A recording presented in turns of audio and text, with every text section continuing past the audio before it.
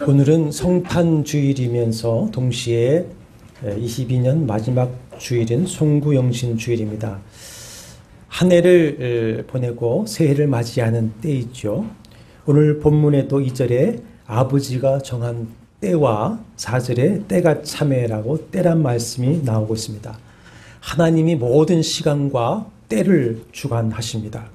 전도서 3장에 범사에 기한이 있고 천하만사가 다 때가 있다. 하나님이 때를 주관하신다. 그래서 창조주 하나님을 기억하라. 이렇게 전도서는 말씀을 하고 있습니다. 하나님이 섭리하시는 때가 되어서 2000년 전에 성탄이 있었고 또 오늘 우리 한 해를 마무리하고 새해를 소망하는 때가 되었습니다. 오늘 이때에 주님 말씀을 통해서 이때까지의 은혜에 감사하고 또 새해 새때의 주 안에서 축복을 소망하는 은혜의 시간 되시기를 축원합니다. 예수 그리스도께서 이 땅에 탄생하신 성탄에 대해서 사도 바울은 성령의 감동과 계시를 따라서 4장 4절에서 때가 참에 하나님이 그 아들을 보내어 여자에게 나게 하셨다 선언하고 있습니다. 때가 참에라고 하는 그 말을 헬라어 원어를 직역해 보니까 못하는 언어지만 자꾸만 성경의 본뜻을 이해하려고 공부를 하고 있습니다. 제가 해보니까 시간의 충만함이 왔을 때 이렇게 번역을 할 수가 있습니다. 시간의 충만함이 왔을 때 우리말에는 읽을 수 없지만은 원어나 성경에 보면은 때와 참회에 정관사가 있습니다. 정관사가 붙어서 그때입니다. 그때는 언제이냐? 4장 2절에 말씀하시는 그 아버지가 정한 때, 그때도 그때입니다. 그때. 참회라고 했을 때에는 이 차다라고 하는 것은 말 그대로 충만함, 가득함, 조금도 모자람이 없는 완벽한 상태를 말합니다. 거기에도 정관사가 붙어서 하나님의 충만함이 가득한 상태, 그것이 참회입니다. 이 말씀에서 우리는 두 가지를 느끼고 이해할 수 있는 것 같습니다. 하나는 풍선의 공기를 가득하게 주입하다 보면 뻥 하고 터지지 않습니까?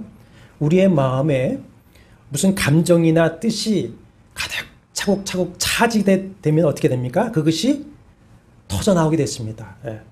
표현되어지고 행동으로 옮겨져 버리듯이 아들을 보내시기로 한 하나님 아버지의 마음과 뜻이 충만해져서 이제는 더 이상 참지 못하고 아들을 보내셨다. 그런 의미로 느껴질 수가 있습니다. 그러면 아버지에게서 가득하다가 터져나온 아버지 하나님의 마음과 뜻이 무엇입니까? 요한복음 3장 16절 17절이 있죠. 하나님이 세상을 이처럼 사랑하사. 이것이 아버지의 마음이죠. 그 마음을 어떻게 하셨습니까? 독생자를 주셨으니 이는 그를 믿는 자마다 멸망치 않고 영생을 얻게 하려 하심이라. 하나님이 그 아들을 세상에 보내신 것은 세상을 심판하려 하심이 아니요 그로 말미암아 세상이 구원을 받게 하려 하심이니라. 하나님께서 사람을 사랑하는 그 마음이 차고 넘쳐서 구원하시고자 아들을 보내셨다 말씀입니다. 그리고 때가 참회란 말씀에는 예수가 그리스도로 탄생하신 것은 어느 날 갑자기 돌발된 사건이 아니고 또 예수 자신이나 제자들이 자신들의 주장을 설립하기 위해서 예수가 하나님의 아들이다, 그리스도라고 주장하는 것도 아니다라고 하는 것입니다. 하나님의 아들이 이 땅에 탄생하신 것은 이미 창세 이전에 성삼위일체 하나님의 품 안에서 계획된 바였습니다. 에베소서 1장 3절과 9절에 의하면 창세 전에 하나님께서 그 기쁘신 뜻대로 그리스도 안에서 우리를 택하시고 그리스도의 피로 속량하시고 구원하시기로 예정하셨다 했습니다. 이렇게 삼위일체 하나님께서 작정하신 것을 가리켜서 우리 장로교 개혁신학에서는 구속 언약이다. 삼위일체 하나님이 구속하시기로 언약을 맺으셨다. 그 구속 삼위일체 하나님이 약속하신 그 구속의 언약을 이루기 위해서 성자 하나님이 예수 그리스도로 탄생하신 것을 때가 찬 경륜을 따라 예정하신 것이다. 이렇게 에베소서 1장에 말씀을 하고 있습니다. 아담과 하와가 뱀의 유혹을 받고 선악을 알게 하는 나무의 실과를 따먹음으로 하나님과의 언약을 깨뜨리고 범죄하고 타락하자 하나님의 공의와 언약을 따라서 뭘 선포하십니까? 사망을 선포하시되 그러나 구원의 길을 약속하셨습니다. 그것이 창세기 3장 15절이죠. 이 말씀이 성경 최초의 복음이고 구원의 언약이라고 합니다. 이 구원의 언약이 구체적으로 계시되고 가시적으로 나타나기 시작한 것이 아브라함 언약입니다. 아브라함을 부르시고 내 씨로 말미암아 천한 만민이 복을 얻으리라 하셨는데 그 씨가 누구냐면 예수 그리스도를 가리킨다 말씀하고 아브라함 언약입니다. 그에게 구약의 큰 줄기 몇 가지만 말씀을 하면 다윗의 후손에서 영원한 왕이 와서 하나님 나라를 이룰 것이라고 하는 다윗 언약으로 이어지죠. 여러 예표와 여러 선지자들의 예언으로 이어지는데 특히 이사야 선지자를 통해서 임마누엘 고난의 종 예언이 주어졌습니다. 미가를 통해서는 베들레헴에 탄생하실 것이라 예언이 주어졌습니다. 마지막 선지자인 말라기를 통해서는 치료하는 광선을 바라는 공의로운 해가 떠오를 것이다. 이렇게 예언을 했습니다. 그러면 자, 아담으로부터의 연대를 우리가 측정할 수 있을까요? 측정 사실은 불가능합니다. 이단인 세대주의자들은 성경에 기록된 그 사람들의 이름을 막 계산을 해가지고 예수 탄생 이전 4,000년이다 이렇게 계산을 하는데 성경에 기록된 족보는 연대기적 족보가 아닙니다. 그래서 신앙의 족보입니다. 하나님의 나라를 이어가는 사람들을 이어가는 것이기 때문에 특히 고대에 있어서는 중간중간에 빠진 족보가 많습니다. 그래서 아담부터는 사실상 얼마인지 가늠하기는 쉽지를 않아요. 그러나 아브라함부터는 정확하게 연대를 우리가 측정해 나갈 수가 있습니다. 그러면 아브라함부터 연약의 연대부터 시작해서 예수 탄생 때까지는 얼마 정도이죠? 약 2000년입니다. 2000년. 그러면 아담부터 아니 그 창세 이전부터 아브라함부터 오랜 시간 하나님은 이때를 당신의 아들을 보내실 이때를 하루가 1000년 같고 1000년이 하루같이 기다려오셨다라고 하는 것입니다. 그러면 하나님은 이때를 기다리기만 하셨습니까? 이때를 가리켜서 4장 2절에 보면은 아버지가 정한 때다. 에베소 1장 9절에 보면 때가 참 경륜이다 그랬습니다. 경륜이라고 하는 것은 두 가지죠. 계획입니다. 계획. 그리고 그 계획을 이루기 위해서 모든 것, 인류의 역사와 개인의 삶조차 섭리하시는 것이 경륜입니다. 그러니까 성탄하신 때가 찬 때는 하나님이 경륜하신 때, 하나님의 섭리하신 때, 그때가 어떻다는 겁니까? 찼다 이거예요. 찼다. 충분해졌다. 성탄 당시의 역사도 그때를 발견할 수가 있습니다. 예수 탄생 시기는 로마가 유럽, 저 영국까지 유럽과 아시아와 또 북아프리카를 점령한 후에 전쟁을 최소화하면서 평화를 유지하던 소위 팍스 로마나 시대입니다. 평화의 시대입니다. 정치적 통일과 함께 모든 길은 로마로 통한다는 말처럼 제국 전체가 교통이 발달되어져 있었습니다. 거기에다가 헬라어가 국제어로 통일이 되어 있었습니다. 그래서 신약성경도 헬라어로 기록한 것이죠. 그 당시 유대인들은 자신들의 히브리어도 사용했지만 히브리어보다는 지역 언어인 아람어를 사용했습니다. 아람어를 사용했는데 성경은 헬라어로 기록하게 되었죠. 이렇게 복음이 이방 세계에 급속하게 전파될 수 있는 그 정치, 문화, 사회적 기틀이 형성되어 있었습니다. 뿐만 아니라 종교적으로도 새 종교의 출현을 갈구할 때였습니다. 제국 안에 타락한 그 다신교 문화로 인해서 윤리, 도덕적으로, 영적으로 피폐해지고 공허해져 있었습니다. 그것은 유대 사회도 마찬가지였습니다. 유대 종교 및 종교 지도자들은 타락할 대로 타락해버렸습니다. 율법은 구원의 역할을 감당하기보다는 오히려 하나님의 백성들을 억압하는 도구로 전락해서 구원과 상관없는 형식주의에 빠져 있었습니다. 그래서 무기력한 유대 종교와 율법과 대치되는 새로운 그 무엇에 대한 열망이 가득했습니다. 그때에 예수께서 하나님 나라의 복음을 전파하시니까 어떻게 된 겁니까? 열광을 한 겁니다. 열광을 한 겁니다. 이것은 우연이 아니라 하나님의 뭡니까? 섭리예요, 섭리. 하나님의 경륜하신 때가 찼다는 것입니다. 하나님께서 친히 모든 세계의 사회, 문화, 정치, 종교적 환경을 섭리해서 때를 이루시고 그 때에 아들을 보내셨다는 것입니다. 그러므로 예수 그리스도의 탄생은 선지서에서 읽을 수 있듯이 사람들에게는 대망하던 사건이었죠. 하나님 편에서도 당신의 백성들을 향한 그 사랑의 충만, 그리고 하나님을 거역하는 인생들이지만 그들의 역사를 주관하셔서 하나님 뜻을 이루기 위해서 섭리하면서 기다려온 그 결과의 때, 그때라고 하는 것입니다. 그러므로 우리가 때가 참해라고 하는 것에서 우리는 무엇을 읽을 수 있습니까? 아버지 하나님의 마음. 하나님이 세상을 이처럼 사랑하사 독생자를 주셨다고 하는 것에서 우리는 무엇을 읽을 수 있습니까? 아버지 하나님의 사랑의 마음을 읽을 수가 있는 것입니다. 그런데 하나님 아버지는 당신의 독생자를 왜 보내셨습니까? 예수는 살기 위해 오셨습니까? 죽기 위해 오셨습니까? 오늘 죽기 위해서 오신 겁니다. 살기 위해서 오신 것이 아닙니다.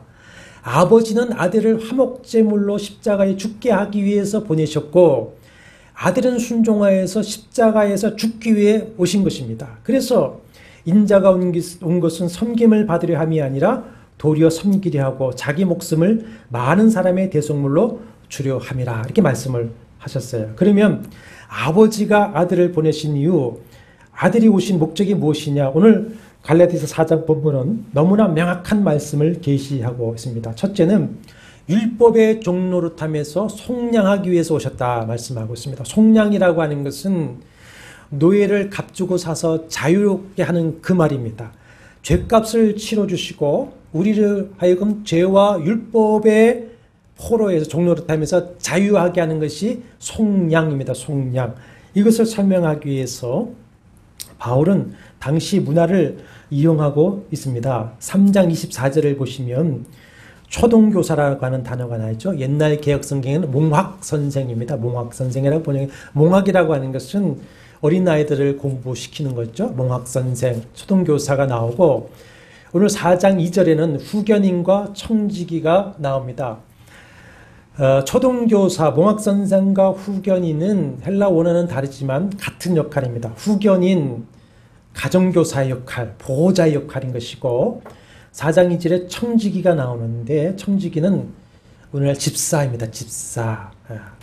집을 관리하는 자, 특별히 여기서는 재산관리자. 이 후견인, 초등교사와 청지기를 율법으로 비유를 했습니다.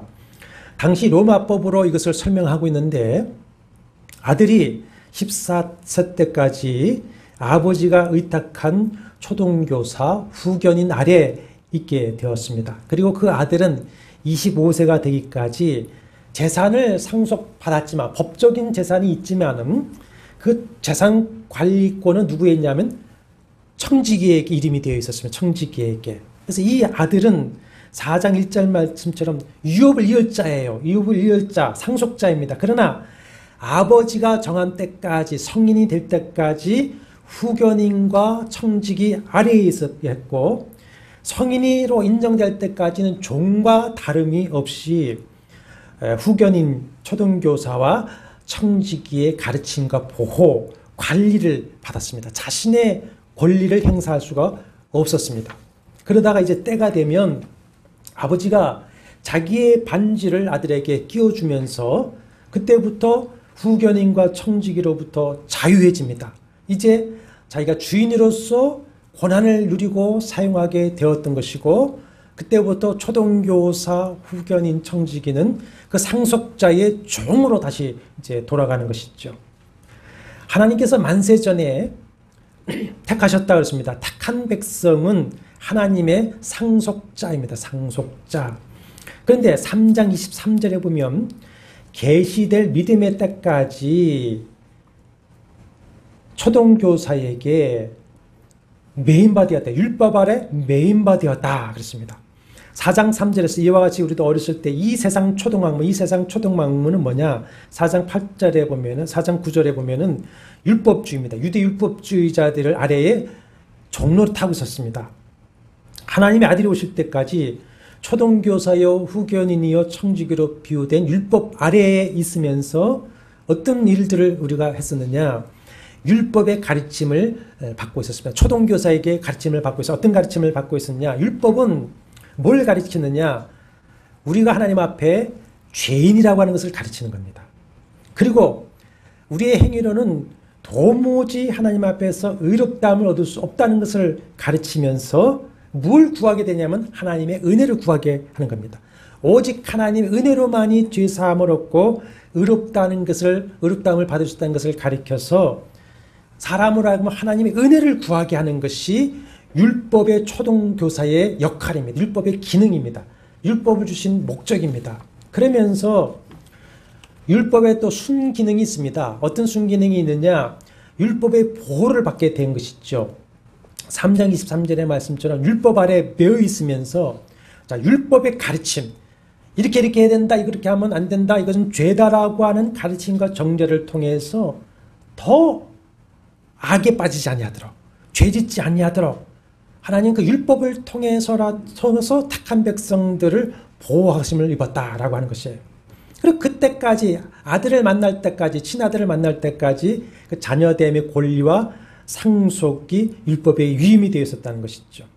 그럼 이 율법의 매임에서 자유해지려면 어떻게 됐냐? 율법의 요구를 이루어야 합니다. 율법의 요구가 뭐냐? 두 가지예요. 율법에 자유해지려면 하나는 율법의 의를 온전히 다 이루든지 아니면 죄의 싹을 지불하든지입니다. 그 죄의 싹은 뭡니까? 사망이죠. 사망이죠. 범죄하는 영혼은 죽어야 합니다.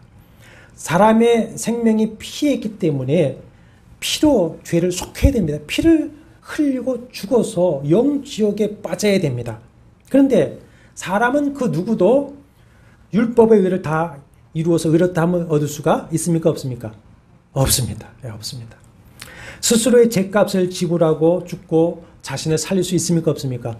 없습니다. 그래서 율법 아래 종로하고 있는 자들을 속량하시기 위하여서 4절에 때가 참에 하나님이 그 아들을 보내서 여자 아래 나게 하시고 율법 아래 나게 하셨다 말씀하고 있습니다. 그래서 이 하나님이 보내신 아들 그리스도를 믿는 자는 믿음으로 말미암아 의롭다함을 얻어서 더 이상 초등교사 율법 아래 매이지 않게 된 것입니다. 이 은혜를 주시기 위해서 하나님이 그 아들을 보내서 여자에게 나게 하시고 어디 아래 나게 하셨습니까? 율법 아래 나게 하셨다. 이 구절에 매우 중요한 세 가지 진리가 담겨 있습니다. 첫째는 예수는 하나님의 아들이시다라고 하는 것입니다. 그리스도로 오신 예수는 신성을 가지신 하나님이시다. 아멘이시죠? 두 번째는 여자에게 나게 하셨다고 하는 것인데 이것은 동정녀에게서 성육신하신 인성을 가진 사람이다라고 하는 것입니다. 예수 그리스도는 참 하나님이시면서 참 사람이 되셨습니다. 창세기 3장 15절에 여자의 후손을 약속하셨고 이사야 7장 14절에 처녀가 잉태하여 아들을 낳을 것이요 그의 이름은 임마누엘이라 하리라 하신 말씀이 성취되어진 것이죠. 그러면 왜 그리스도가 여자의 후손으로 오셔야만 했는가? 구약에는 죄사함을 받기 위해서 무슨 제사를 지냈습니까? 짐승의 제사를 지냈습니다. 그러나 히브리서 9장의 그 짐승의 피는 계속 죄를 지을 때마다 어떻게 됩니까? 반복하는 회개의 행위였습니다. 고백 행위였지 그 짐승의 피가 죄를 깨끗하게 한다든지 없애지는 못했던 것이죠. 그러면 사람의 죄를 대속하기 위해서는 짐승이 아니라 누가 죄값을 치러야 됩니까? 사람이 치러야 되죠. 그렇죠? 그런데 부정모혈로 태어난 모든 인간은 원죄를 물려받아서 죄성을 가진 죄인으로 태어납니다. 그리고 그 죄성을 따라 죄를 짓고 살고 결국 죄값을 받아 저주와 사망에 이를 수밖에 없습니다. 그렇기 때문에 부정모혈의 방법이 아니라 성령으로 잉태하여서 죄가 없는 의인으로 오셔야만이 죄인의 죄를 담당하고 대속하여 속량을 이룰 수가 있었던 것이죠. 그래서 하나님의 아들이 처녀의 몸을 빌려서 성령으로 잉태하여 죄 없는 사람, 의인으로 이 땅에 오신 것입니다. 근데 사람으로 오신 자체가 율법 아래 나신 것이죠. 더군다나 하나님의 율법을 받아 알고 있는 유대인으로 오셔서 모든 율법의 의의를 이루셨습니다. 그리고 율법의 요구를 받아들이셨어요. 율법의 요구가 뭡니까? 죄의 삭은 사망이다. 피 흘려 죽는 것이다. 그래서 친히 하나님의 어린 양이 되어서 십자가에서 당신의 피를 흘려 죄의 싹을 지불하시고 사람의 죄를 속량하신 것입니다. 그래서 율법 아래에 있는 자들을 어떻게 하십니까? 속량하셨다. 값을 주고 자유롭게 하셨다. 그러면 이런 질문을 할 수가 있을 것 같아요. 모세의 율법을 받은 유대인이나 율법 아래에 있는 것이지 이방인들은 율법을 받지도 않았고 율법을 모르는데 그러면 율법 아래에 있는 것이 아니지 않느냐 이런 질문을 할 수가 있어요. 그렇죠? 네. 그런데 로마서 2장 12절과 16절에 보면 이런 말씀을 하십니다. 율법이 있어 율법을 범하는 자는 율법으로 심판을 받고 율법이 없이 범죄하는 자는 율법 없이 망한다. 왜 그러냐? 모든 사람의 마음에 하나님께서 그 율법을 마음에 새겨 놓으셨다. 그것이 뭐냐? 양심이다. 사람의 양심은 하나님께서 율법을 새겨 놓으신 것입니다. 그러니까 양심을 거스르는 것은 곧 하나님께서 우리 마음에 새겨 놓으신 뭘 어기는 겁니까? 율법을 어기는 율법. 그러므로 또한 죄인으로서 심판을 받는 것이죠. 그런데 모든 사람의 양심은 죄로 부패하고 어두워졌고 어떤 이의 양심은 죄에 죄를 더해져서 그야말로 화인 맞은 양심이 되어버리고 만 것이죠. 그러므로 유대인이나 이방인이나 오직 하나님의 아들 예수 그리스도의 대속의 피를 믿고 받아들임으로써만이 그 은혜로 죄사함을 받고 율법의 저주와 사망에서 자유함을 얻을 수가 있는 것입니다. 그러면 예수 그리스도께서 사람으로 오셔서 그의 피로 죄인인 우리를 속량하신 목적이 무엇이냐? 4장 5절 하반절 보십시오. 우리로 뭘 얻게 하기 위함이다? 아들의 명분을 얻게 하려 하심이라. 아들의 명분이라고 했는데 이것은 양자 삼음입니다. 양자. 아들 삼음. 로마서 8장 15절에 양자의 영을 받았다 그랬는데 그 양자입니다. 성령은 양자 삼는 영이죠. 그러면 우리는 양자가 됐어요. 그러면 하나님 아버지의 친아들은 누구이시죠? 성자 하나님, 성자 예수 그리스도가 하나님의 친아들입니다. 잘 기억해 보십시오. 그런데 그 성자 예수 그리스도의 대속의 은혜를 믿을 때에 그 속량하심을 통해 죄와 율법과 사망의 종로로 탐으로 자유함을 얻고 이제는 하나님의 아들 자녀로 우리는 뭐가 된 겁니까? 입양이 된 겁니다. 입양. 하나님께서 친아들 예수 그리스도를 믿고 영접한 우리를 어떻게 하신 겁니까? 양자로 입양을 하신 것입니다. 그런데 중요한 것은 뭐냐? 입양된 양자는 친아들과 똑같은 권리를 얻는다는 거예요. 권리를 얻는다. 그것이 뭐죠? 상속자가 되는 거예요. 상속자. 상속자가 되어서 하나님 아버지의 유업을 받는 것입니다. 갈라디아서 4장 7절 같이 읽어볼까요? 그러므로 내가 이후로는 종이 아니요 아들이면 하나님으로 말미암아 유업을 받을 자니라. 로마서 8장 17절에서도 자녀이면 또한 상속자 곧 하나님의 상속자요 그리스도와 함께한 상속자라 하셨습니다. 이것도 당시 로마 문화를 가지고 설명을 하고 있습니다. 당시 로마 문화는 어떤 가족이든지 아들이 없이 가족의 계보가 소멸되는 것이 있을 수가 없었습니다. 그래서 그 로마 시대의 문화를 보면은 많이 등장하는 게 양자입니다. 그 황제를 이어갈 때에도 아들이 없을 때에 양자를 입양해서 또 황제를 이어가고 또 귀족들 다 양자를 입양하는 것을 볼 수가 있습니다. 이 구약 성경에서도 이런 것이 있죠. 기업무르기라든지 또 형사 추수제도 같은 것을 통해서 기업과 계보를 쭉 잇도록 하셨습니다. 그래서 아들이 없는 집은 양자를 다 입양을 했어요. 그 양자로 들어가면 영구적으로 아들의 명분을 얻고 친아들과 똑같은 상속자로 유업을 얻고 권리를 가지게 됩니다. 자, 그러면 하나님 아버지의 본래의 상속자는 누구시죠? 친아들이신 예수 그리스도이시죠. 예. 친아들이신 성자 예수 그리스도가 원래의 상속자입니다. 그런데 그 친아들 예수 그리스도를 믿고 그 속량함을 얻어서 양자가 된 우리도 로마서 8장 17절 말씀처럼 그 친아들과 함께 하나님의 뭐가 된 겁니까? 상속자가 되는 상속자. 그래서 하나님의 나라를 상속받는 겁니다. 천국을 상속받을 뿐만 아니라 이 땅에 사는 동안에 하나님의 자녀로서 하나님의 자녀로서의 그 사랑, 복, 은혜를 누리는 권리를 얻게 된 것입니다. 그 은혜를 받는 방법이 뭐냐? 길이 뭐냐? 믿음입니다. 믿음. 그리고 세례요. 우리가 받을 성찬인 것이고 예배요. 기도입니다. 그래서 예수께서 구하라 주실 것이요 하시면서 하늘에 계신 너희 아버지께 구하는 자는 좋은 것을 주시지 않겠느냐. 너희가 무엇이든지 아버지께 구하는 것을 내 이름으로 주시리라 하셨습니다. 이것이 바로 요한복음 1장 12절 영접하는 자 곧 그 이름을 믿는 자들에게는 하나님의 자녀가 되는 뭘 주셨다? 권세를 주셨다 하는 말씀입니다. 이렇게 하나님의 자녀된 권세요 또한 자녀 삼은 우리에게 주신 가장 귀한 선물이요 은혜가 뭐냐면 6절입니다. 6절이 하나님의 자녀된 우리에게 주신 가장 귀한 선물이요 은혜예요. 같이 읽어보시겠습니다.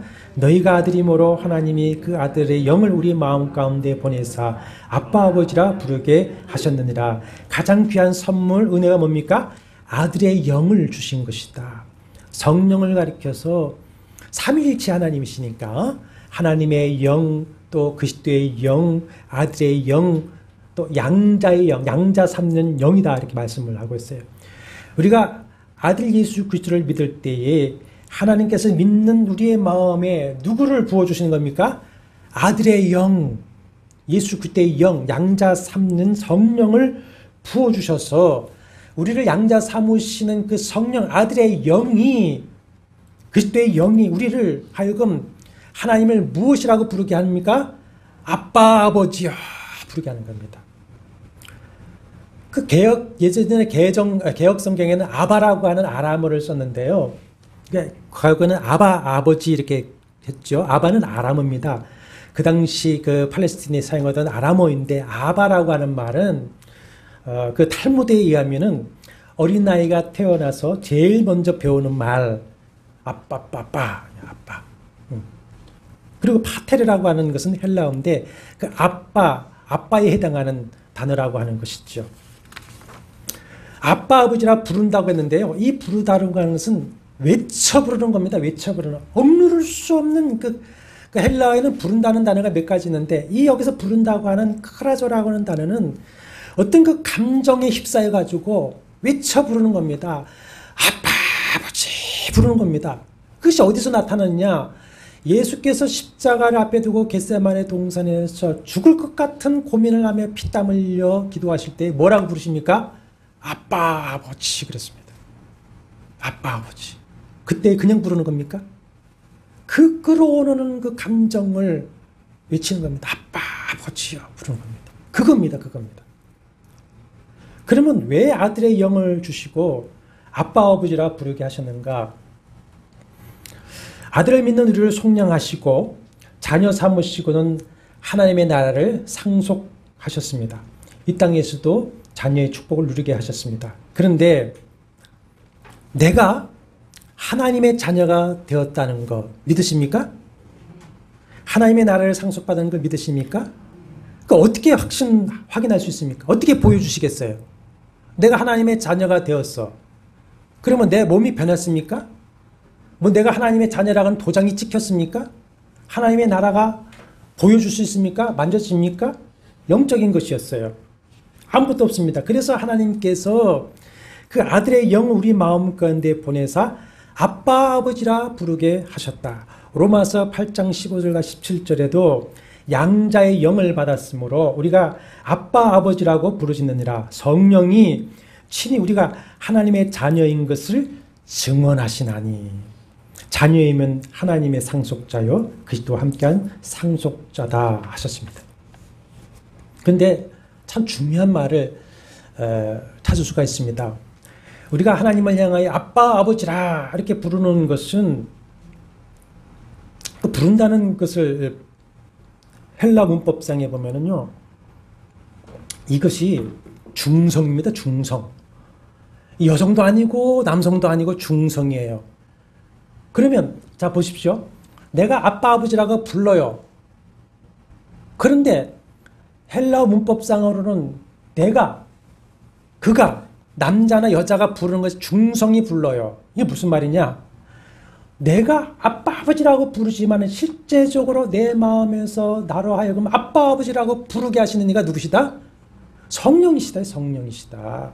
그걸 말씀하고 있어요. 그래서 로마서 8장 26절에서도 성령이 우리의 연약함을 도우시고 우리가 기도할 바를 알지 못했을 때 우리 안에서 어떻게 하십니까? 친히 탄식하며 간구하신다. 성령께서 우리 안에 아빠 아버지 하면서 우리를 위해 탄식하고 부르시고 우리는 그것이 입으로 나오는 거예요. 성령께서. 그래서 내가 중심에서 하나님을 향하여 아빠 아버지라고 부른다면 내 안에 누가 계시다는 증거입니까? 성령이. 그럼 성령이 내 안에 계시다고 하는 것은 곧 무엇을 확인하는 겁니까? 내가 하나님의 자녀요, 하나님의 상속자가 되었다고 하는 확증입니다. 그래서 에베소서 1장 13절과 14절에 보면은 아까 말씀드렸죠. 우리가 하나님의 자녀가 되었다는 거, 천국 백성 된 거 어떻게 아느냐, 도장 찍은 게 있느냐 할 때 에베소 1장 13절 14절은 성령으로 도장을 확 찍었다는, 성령이 오셔서 도장을 확 찍었고 성령께서 내 안에 구원의 담보물로 오셨다. 담보물로. 담보물로 오셔서 영원히 떠나지 않고 계신다. 이렇게 말씀을 하고 있습니다. 그러므로 우리를 속량하시고 믿는 우리에게 성령을 부으시고 아버지를 부르게 하신 것은 은혜 중에 은혜입니다. 성탄 내 가장 귀한 선물입니다. 다른 것들은 있다가도 없지만은 성탄으로 주신 이 은혜의 선물 성령은 없어지지 않아요. 떠나시지도 않아요. 우리가 영원히 임마누엘 하신 것을 믿으시길 바랍니다. 가장 귀한 선물이죠. 누가요? 성령이시 성령. 이제 말씀을 마쳐야 되는데 하나님 아버지께서 세상을 사랑하사 독생자를 주신 것이 예수 그리스도의 성탄입니다. 독생성자 하나님은 동정녀 마리아의 몸을 빌려 예수 그리스도로 오셔서 우리의 죄를 십자가에서 대속하시고 우리를 죄와 저주와 사망과 율법의 저주에서 속량하셨습니다. 이 아들 예수 그리스도를 믿을 때에 아들의 영이신 성령을 주셔서 우리를 양자 삼으시고 하나님 나라의 유업을 주십니다. 그리고 이 땅에서도 하나님의 자녀로 살아가도록 은혜와 복을 주시며 성령으로 임마누엘 하시는 것을 믿으시기를 바랍니다. 그러므로 오늘 성탄일을 맞이해서 하나님이 나를 사랑하사 선물로 주신 하나님의 아들 예수 그리스도를 진실로 나의 구주요 나의 하나님으로 믿고 영접하시기를 바랍니다. 그래서 하나님의 나라를 상속받는 자녀가 되시기를 바랍니다. 아니 나는 이미 그 친아들을 영접하여 양자가 되었고 하나님의 나라를 상속받은 자야 라고 한다면 자녀된 성도는 자녀됨으로 만족할 것이 아닙니다. 자녀된 성도는 아버지의 자녀로 살아야 하는 것이고 살되 자녀답게 믿음과 순종으로 살아서 화종지병이 아니라 진실로 하나님의 자녀된 그 권리, 자녀의 복을 받아 누리게 되시기를 주의 이름으로 축원합니다. 그것은 믿음과 순종으로 누리는 것입니다. 이제 우리를 속량하신 주님의 몸과 피를 상징한 이 성찬을 받을 때 이렇게 기도하십시다. 주님의 영, 아들의 영 성령께서 충만하셔서 나로 하여금 자녀로 살아가게 하시고 자녀의 복을 받아 누리며 자녀의 사명을 살게 하여 주옵소서. 이렇게 한번 간절히 말씀 붙들고 기도하시고 성찬을 받겠습니다. 주님, 성령 하나님께서 우리의 마음에 충만하여 주옵소서. 우리 자녀들, 우리 식구들을 마음에 임하셔서 진실로 하나님의 아들 예수 그리스도를 믿고 영접하여 하나님의 자녀 되어지게 하여 주옵시고 천국 백성 되어지게 은혜 베풀어 주시옵소서. 주님의 성령이여 우리의 마음에 충만하여 주셔서 우리로 하여금 하나님의 자녀됨에 대한 확신을 다시 한번 부여잡게 하여 주시옵시고, 성령께서 은사를 더 충만하게 하셔서 우리가 하나님의 자녀답게 살게 하시고, 자녀의 권세를 누리게 하여 주시고, 자녀의 사명을 끝까지 감당할 수 있도록 우리가 성찬을 받을 때에 성령으로 충만하여 은혜를 베풀어 주옵소서. 성찬을 받기 전에 우리를 돌아보니 주님이시여 우리의 허물과 죄를 주의 피로 씻으시고 정결케 하여 주셔서 성찬을 받기에 합당한 심령이 되어지게 하여 주시옵소서. 예수님의 이름으로 기도합나이다. 아멘. 이는 주가 지금 나에게 주시는 영생하는 양식이요 마시는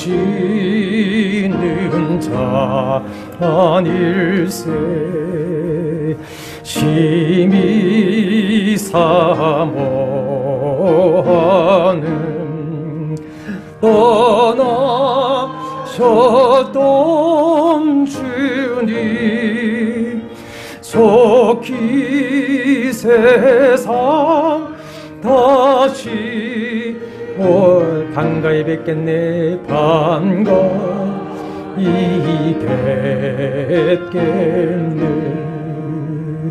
우리 그때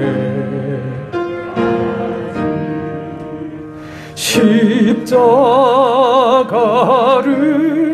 지고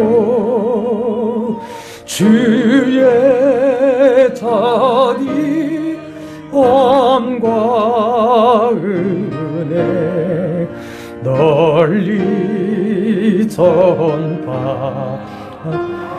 우리 그때까지 십자가를 지고 우리 그때까지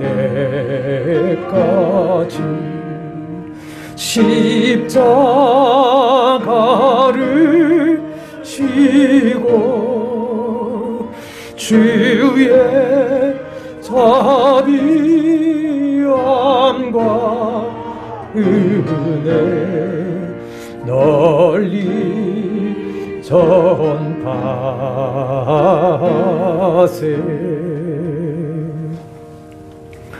주 예수 그리스도의 은혜와 하나님의 사랑과 성령의 교통하심이 너희 무리와 함께 있을지어다. 아멘.